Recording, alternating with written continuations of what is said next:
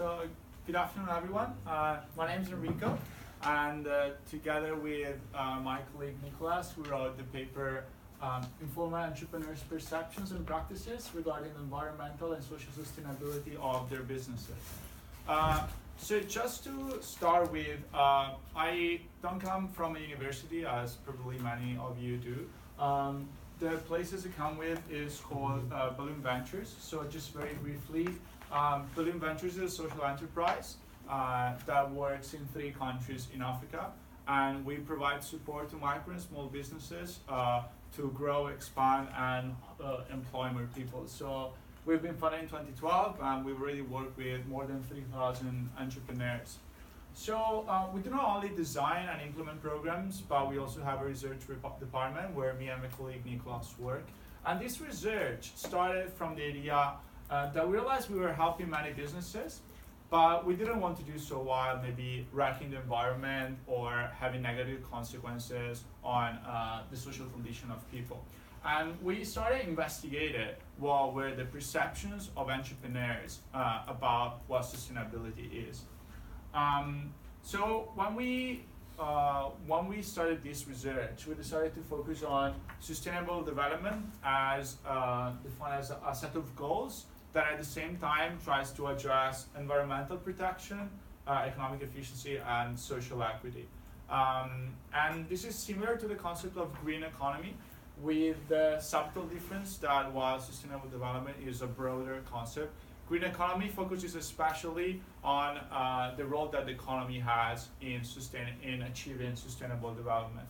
And this is where we focus, and especially on the environmental and social meanings of the word sustainability, because it's the most closely related to the work we do.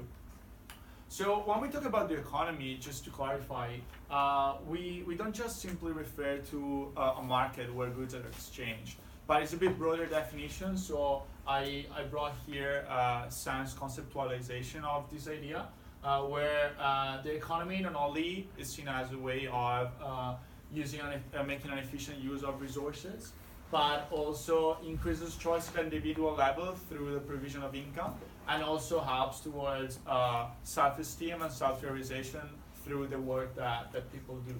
And what the idea of green economy adds to this is the fact that there's no clear trade-off between environmental protection and economic or social development. So sometimes in the past, people saw as these are 2 different choices that had to be made, either choosing to work for the poor or choosing to work for the environment. But there is no systematic, correlation between the 2. They can be purported and sustained at the same time. And what we have seen as a main barrier to applying these ideas in practice is that often the enabling factors for sustainable development were sought with top-down approaches. So maybe in governments, in laws, tax policies, trade deals, and not as many policies as we hoped for were based on the actual perceptions and ideas of the individual actors. And many of them were just not taking into account the informal sector, which plays a huge role in African countries where we work. So just to give a few numbers, in Ghana, up to about 80% of the works are in the informal sector. 55% of GDP is created through the informal economy. So there have been attempts to answer this question by formalizing the economy, but these have often failed. And at the same time, we've seen a kind of resurgence of informal activity in developed countries. So I just brought an example of companies like Uber or Airbnb that are bringing characteristics that are very typical to the informal economy to developed countries. And so we realized that the issue is not really how to formalize the economy, but how to define a relationship that is mutually beneficial. How to make it work and exploit the characteristics of the informal economy, like its flexibility and responsiveness to changes. So the key research question to the research we made was, what is the current level of sustainable practices in the informal sector? So it was a very exploratory research we interviewed 30 entrepreneurs in the Rift Valley in Kenya to really ask them what they thought about sustainability, whether they cared about it, and what they were doing. So while we were doing interviews, and hearing their answer and opinion, we came up with this framework to better help and divide different themes that were coming out of the discussion we had with them. So as you can see at the very top, we started with a very simple question. Other existing sustainable practices. So it's very easy to see, just like, is what they are doing sustainable? So this is a very, very kind of shallow level. It's just to see what they are doing. And this divided our firm in two branches. So you can see on the right side, there's a lack of sustainable practices, whereas on the left side, there's a presence of sustainable practices. However, we were not just satisfied with asking whether these practices were present or not, but what lied below those. So the second level is what we call awareness and know-how. So whether they were aware of the issue and goals of sustainability, and whether they had the know-how on how to reach these goals. And this broke down the two previous categories in two more, just considering whether they were aware of these goals or they did not have this awareness. And so this taxonomy led to the 7 final categories that we defined, and that's what we call the approach. So the approach is the way that entrepreneurs approach the issue of sustainability, what they do and what they think about it. And this is the main bulk of our research, and we're now going to go through each one of these 7 categories. So we're going to start from the very right-hand side to move into the left-hand side. On the right, we see the first one is unaware. So unaware, you see, it's when sustainable practices are missing. We didn't see them. And even by talking with them, we couldn't see even any kind of awareness in that. So we were quite surprised to see that everyone understood social sustainability, first of all, what I've written at the bottom of this slide. In terms of environmental sustainability, not everyone understood it. So you see John very clearly say, I don't think my business affects the environment. Or when we asked other people, for instance, you see here Jane, when we asked her, like, are you concerned that selling charcoal damages the environment? She just started thinking that by that we meant, cleanliness of here in the house, and she was saying just open the window and the problem is solved. So some people did not have awareness at all of what we meant by sustainability.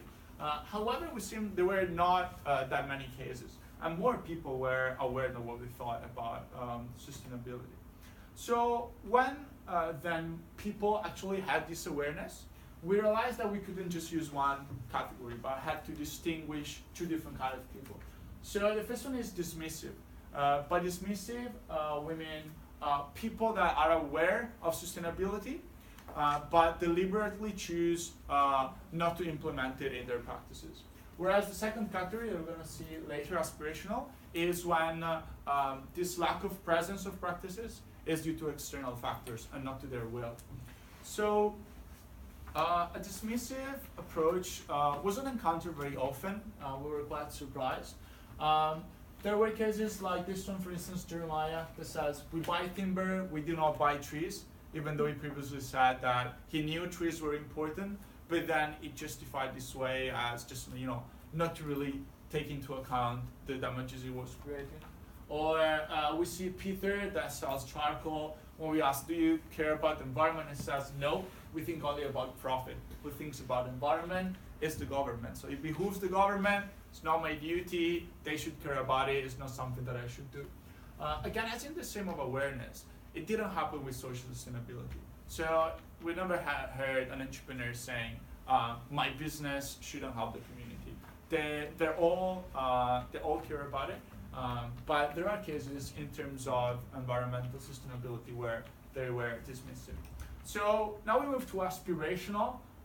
As we quickly defined before, someone that is aware of this, of the goal of sustainability, but has external factors that hinders them from achieving these goals. So here are a few examples of what these factors are. For instance, the first case is Pamela. She said, I felt that you still not have that resource, that money to buy a biogas station. So in that case, it's just resource feasibility. It doesn't have the money to create the structure. The second case is Solomon. That says he has a print shop, and he said, we don't have recycling companies here. So I don't know how to recycle because I don't have access to the services to actually recycle the waste I make. Or we see Victor. If I can get an opportunity to employ people, I would really love to. And so in this case, he's missing the support to grow his business to reach a point where he has enough profit to hire people. And these cases were far more common than the dismissive approach that we've seen before. We can now move to the left-hand side of this framework, where we saw the existence of sustainable practices. And the first case is probably the most curious of all the cases we found, is when people had sustainable practice, but weren't aware of what sustainability is. So that's what we call unintentional. And this is often due because there are synergies with profit maximization. So, for instance, in the case of Felix, he was hiring women in his work, not for gender equality, but just he was saying he has an advertising agency, and he's saying the ladies create bigger impact. So what he was caring about was actually profit. It was not hiring women because he didn't want to discriminate, but just because he thought if I hire women, well, I'm gonna get more clients. Or we see the example of Mary, that she bought a eco-friendly bulb, and she was saying, I bought them for economic purposes. So it's not about not having, like reducing the amount of production that needs to be made, but just about saving money. We then move to the final section of the framework, which is when people have sustainable practices and are aware of this. However, we couldn't just fit all of them in one category, and we created 3 different levels. So I put them in a vertical order because every level means that the practice is more and more kind of embedded in the business.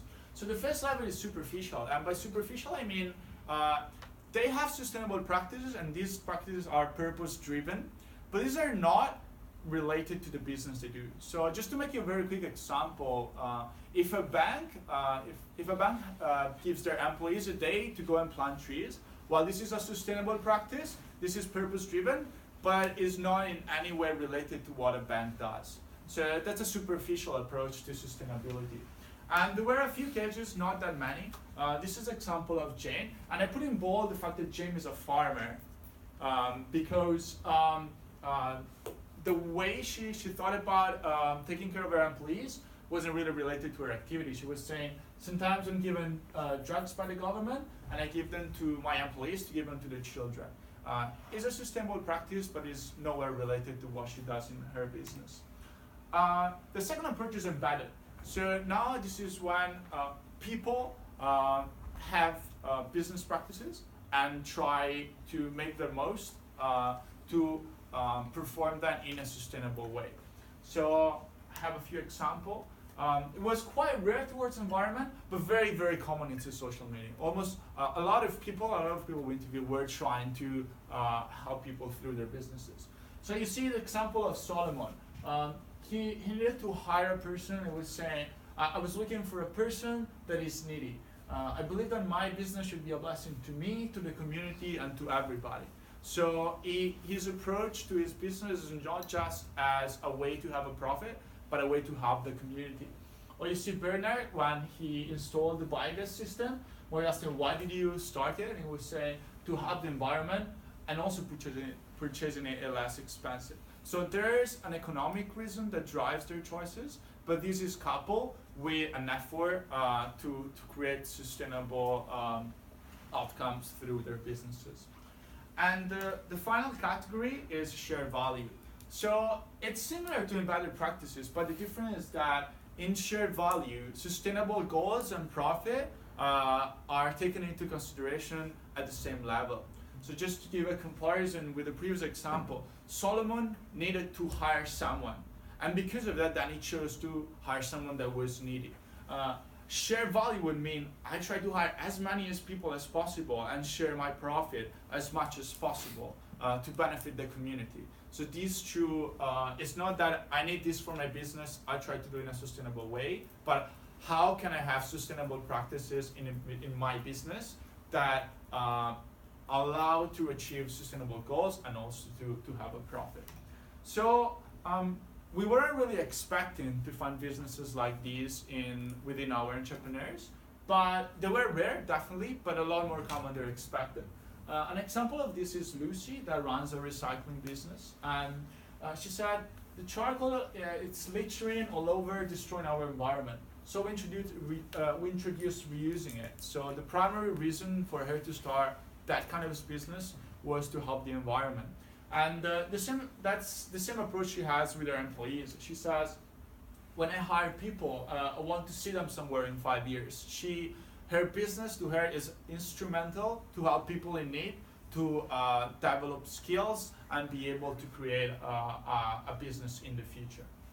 So what I would really like you to keep out of this discussion, and with this I conclude. So there are 3 points that I would say are the main theme that came out of our research. So the first one is that awareness is not always a limiting factor. So a lot of policies focus on creating awareness, but what we have seen, maybe this is not the major factor. One is because there are often synergies with other desirable outcomes like profit maximization. And if these are there, maybe awareness is not even necessary to achieve sustainable goals. And the second one, there doesn't seem to be the major problem. Not that many people were in the unaware category. The second point is that entrepreneurs do care about sustainability. And we don't have to think the informal as maybe a bad sector where people just exploit resources without any sort of long-term goal. They do care about sustainability.